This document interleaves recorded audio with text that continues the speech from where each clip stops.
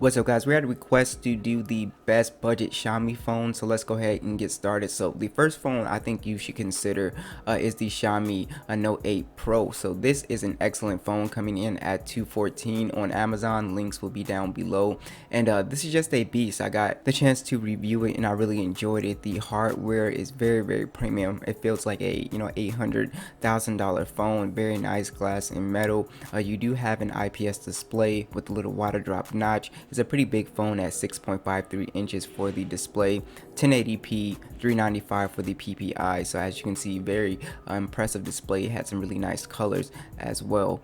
So you do get Android 9. You will be getting Android 10 on top of MIUI 11. And you have the Helio G90T, which is one of the best budget processors. You can literally play Fortnite, PUBG, Call of Duty Mobile all on high, so it's just extremely impressive. You have the Mali G76 GPU as well. You do have micro SD support up to 256 gigs, 64 gigs of storage, and 6 gigs of RAM. So very nice. And you also have that UFS 2.1. So you have a pretty interesting camera setup, a quad camera setup.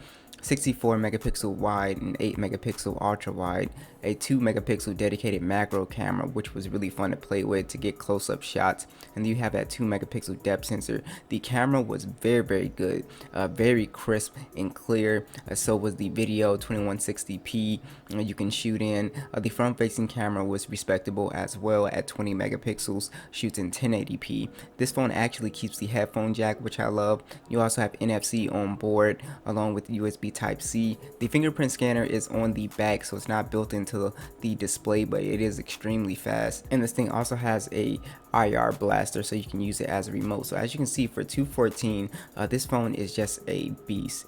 Next is going to be the Mi 9T for $289. So this is an excellent phone as well. The highlight with this phone is definitely the display. It's got very thin bezels and it's an AMOLED display, 6.39 inches, 1080p with no notch. So that's why I really love this phone. I would even pick it over the Note 8 Pro because of that display. So you do have a glass and metal design on here, so very premium. Android 9 on top of MIUI 11, so you will be getting Android 10, Snapdragon 730 along with the Adreno 618. It's pretty respectable game, and you can pretty much play anything lag free. You won't be able to play everything on high. You do not have micro SD support, which sucks on this phone. You do have 64 gigs of storage and 6 gigs of RAM, so you've got some really excellent cameras as well, a 48 megapixel wide and 8 megapixel telephoto and a 13 megapixel ultra wide, so it can shoot in 2160p, and the cameras on here are very good, and you can even get better photos with Gcam as well. So you do have that really cool pop-up camera, and it has the LED flash, which makes it one of my favorite pop-up cameras because of that. So you can see when you get notifications that shoots in 1080p, as well as a 3.5mm jack. You do have NFC on board with USB Type-C.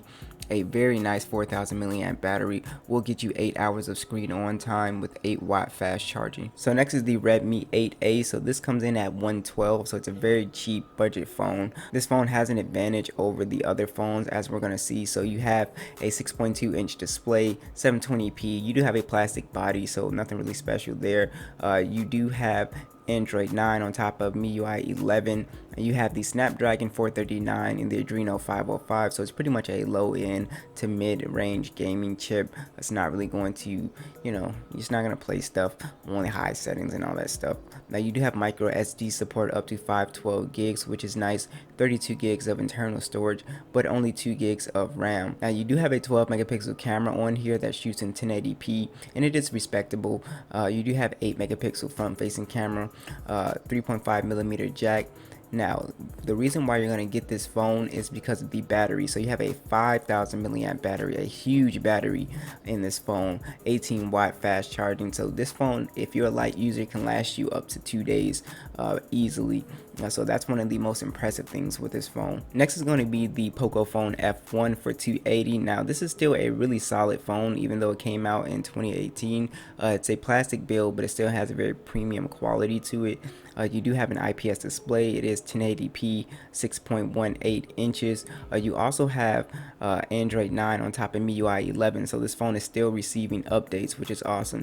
Now the cool thing about this phone is you have the Snapdragon 845 and the Adreno 630, so you will be able to play games on high, which is awesome.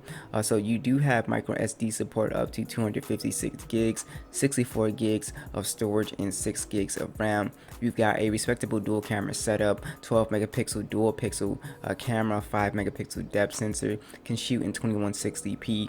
You also have a 20 megapixel front facing camera that shoots in 1080p. Another awesome addition with this phone is you have stereo speakers, so very loud, crystal clear speakers, a 3.5 millimeter jack as well.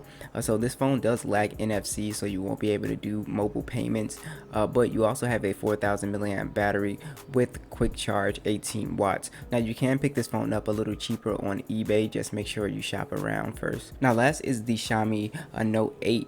So this is a pretty good smartphone, and it kind of makes the compromise for the price at $168. So you have a front and black glass design, very nice, very premium feeling. It's an IPS LCD at 6.3 inches, so pretty nice size. Still 1080p, 409 for the PPI, so nice crisp display. You also have Android 9 on top of MIUI 11. The Snapdragon 665, which is very respectable for gaming. It's pretty much a mid tier chip. You also have the Adreno 610. You also have micro SD support up to 256 gigs. Now you do have 32 gigs of storage and 3 gigs of RAM, which is fine for this price point. Now the cool thing about this phone is you have a quad camera setup, which is awesome. So you have a 48 megapixel wide and 8 megapixel ultra wide. You have that 2 megapixel macro camera and the 2 megapixel depth sensor that shoots in 2160p. So no compromises with the camera, and you're still getting an awesome camera for a great price. You also have a 13 megapixel wide with a 3.5 millimeter jack. This phone even has the infrared port to use as a remote controller, which is cool. You have USB Type-C, a 4000 milliamp battery, along with 18 watt fast charging. So I think the only thing this guy's lacking is the NFC. But overall, as you can see, it's a very nice phone. So thanks for watching this video. Be sure to subscribe, and I will catch you guys in the next one.